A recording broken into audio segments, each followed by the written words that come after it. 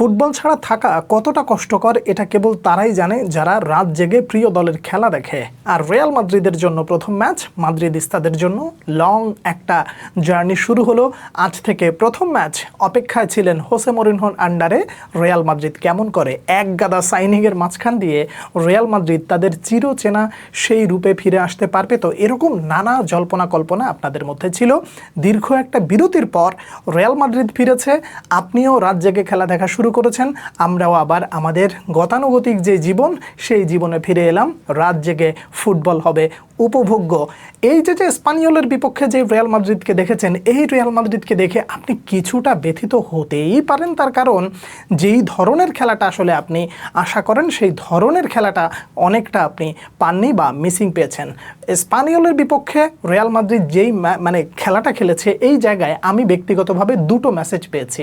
প্রথম যে মেসেজ, একটা একেবারে পরিষ্কার কথা, ক্লিয়ার ভিশন থাকলে ম্যাচ জেতা যায়, এটা যেমন সত্য কথা, একই সাথে গোল করার জন্য একজন কার্লোস এসপি দরকার হয়, একজন হোসেলু টাইপের দরকার হয় যে কিনা শেষ মুহূর্তে নেমে দলকে এগিয়ে নিতে পারে। কার্লোস এসপির যে অভাবটা ছিল, আপনি সেটা ওই এসপির জায়গায় অন্য কাউকেও যদি আপনি ভাবেন, তাও আপনি একটু হিসেব করে দেখেন বিগত দুটো সিজন আপনি একজন প্রপার স্ট্রাইকার দলে থাকলে কতটা সহযোগী হতে পারে দলের জন্য, সেটা আপনি আস্তে আস্তে ধীরে ধীরে ভালো করে বুঝবেন। আপনাদেরই একটা আক্ষেপ ছিল যে এই জায়গাটায় কবে একটা প্রপার নাম্বার 9 রিয়াল মাদ্রিদ পাবে এবং সেই জায়গাটায় রিয়াল মাদ্রিদ আরও বেটার করবে।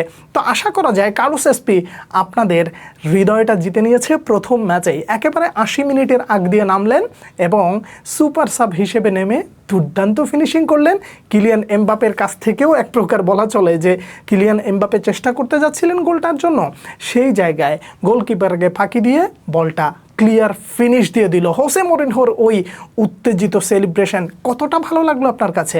নিশ্চয়ই এই একটা গোলের জন্য রিয়াল মাদ্রিদ যথেষ্ট পরিমাণ অপেক্ষা করেছিল, অবশেষে পেয়েছে সেই জয়সূচক গোলটা। তবে এই জায়গায় একটা ব্যাপার, আপনি যতটা খুশি হয়েছেন কার্লোস এসপির ইনক্লুশনে, আপনি ততটা বোধহয় ব্যথিত হবেন যে বিগত দুটো সিজন জুড়ে রিয়াল মাদ্রিদ যেই শূন্যতাটা ভোগ করেছে, যেই জায়গাটার কারণে সবথেকে বেশি সাফার করেছে, সেইটা আবারও চোখে পড়লো। যদিও সিজনের প্রথম ম্যাচ এই মুহূর্তে ঢালাওভাবে সেইভাবে সমালোচনায় না গিয়ে বরং শুধু বলা যায় যে মিডফিল্ডের যেই ক্রিয়েটিভিটি, এই ক্রিয়েটিভিটি ছাড়া রিয়াল মাদ্রিদ কতটা সামনের দিকে এগিয়ে যেতে পারবে, এটা কিন্তু অনেক বড় একটা প্রশ্ন থেকে গেল। তার কারণ মিডফিল্ডের যেই সমন্বয়টা আসলে দরকার, যেটা খেলাটাকে বানিয়ে দেয়, এবং ফুটবলটা আসলে যে মিডফিল্ডের থেকেই আসলে সামনের দিকে এগিয়ে যায়, সেটা বোঝার জন্য বোধহয় নতুন করে আপনাকে আর আদর্শলিপি খুলে দেওয়ার কোনো প্রয়োজন পড়ে না। কারণ ফুটবলের এই আদর্শলিপিটুকু আপনারা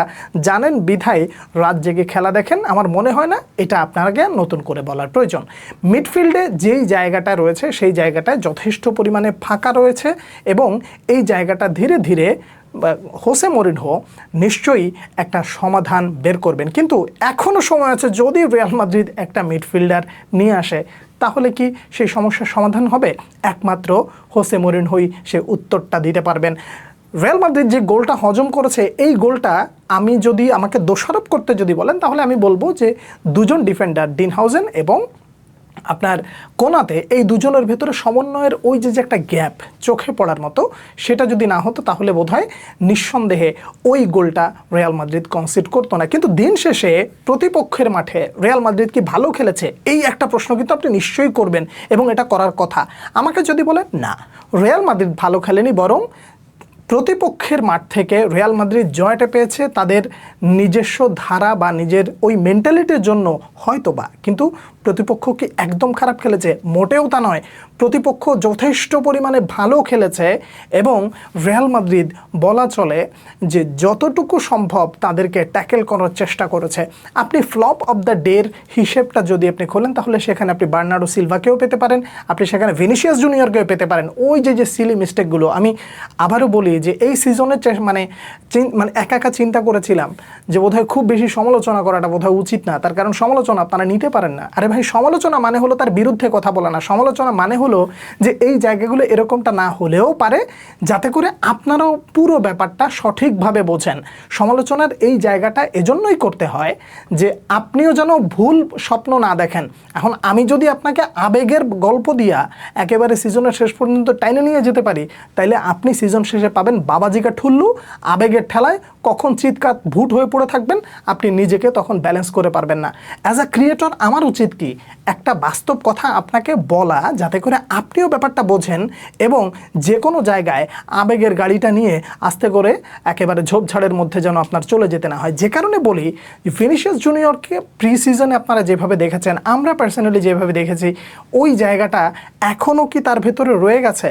যদি রয়ে যেয়ে থাকে তাহলে সেই জায়গা দ্রুত কাভার আপ করাটা প্রয়োজন। তবে পজিটিভ অনেক কিছু দেখেছি এই ম্যাচে, এটা নিয়ে আলাদা আর একটা পর্ব করার চেষ্টা করব। তবে ভিনিসিয়াস জুনিয়রের কাছ থেকে যেই ধরনের পারফরমেন্স আমরা আশা করি সেটা আমরা মোটেও পাইনি, তবে আশা করা যায় প্রথম ম্যাচ তো ধীরে ধীরে তিনি আরও ভালো করবেন। আর্দা গুলার, হোয়াট আ ম্যান! তাকে নিয়ে আসলে কতভাবে বলা যায় যে যতক্ষণ মাঠে ছিলেন আমরা যেন মেসুট ওজিলকেই দেখতে পেয়েছি। এরপরে ডামফ্রিজ, নতুন সাইনিং, দায়িত্বটা বোধহয় অনেক বেশি। যত বেশি সময় যাবে তত বেশি নিজের ফ্লুইডিটি থেকে নিয়ে শুরু করে প্রত্যেকটা জায়গায় নিজের উপস্থিতির ভালো জানান দেবে বলে আমি ব্যক্তিগতভাবে বিশ্বাস করি। সান্তিয়াগো বার্নাব্যুতে রিয়াল মাদ্রিদ যখন খেলবে তখন এই রিয়াল মাদ্রিদের মানে যেই জায়গাগুলো শূন্যতা রয়েছে সেটা আরও বেশি প্রকাশিত হবে এবং আশা করা যায় ধীরে ধীরে হোসে মরিনহো খুব ভালো করে সব কিছুর সমাধান বের করে নিয়ে আসবেন বলে আমার কাছে ব্যক্তিগতভাবে মনে হয়। স্পেশাল ওয়ান ইজ ব্যাক, লা লিগা ইজ ব্যাক। মাদ্রিদিস্তাদের জন্য একেবারে শেষ মুহূর্তে হোসেলো যেভাবে জয় এনে দিয়েছিল বায়ার্ন মিউনিখের বিপক্ষে, ঠিক ওই টাইপেরই একটা জয় কার্লোস এসপি আপনাকে উপহার দিল। এই ম্যাচে সেরা খেলোয়াড় আপনার দৃষ্টি থেকে, বাজে খেলোয়াড় বা ফ্লপ কে ছিল সেটাও আপনি জানাবেন অবশ্যই। আপনার মতামতের অপেক্ষা রইলাম। পরবর্তী ভিডিওতে দেখা হচ্ছে আবারও, সে পর্যন্ত অনেক অনেক ভালো থাকবেন। আল্লাহ হাফেজ।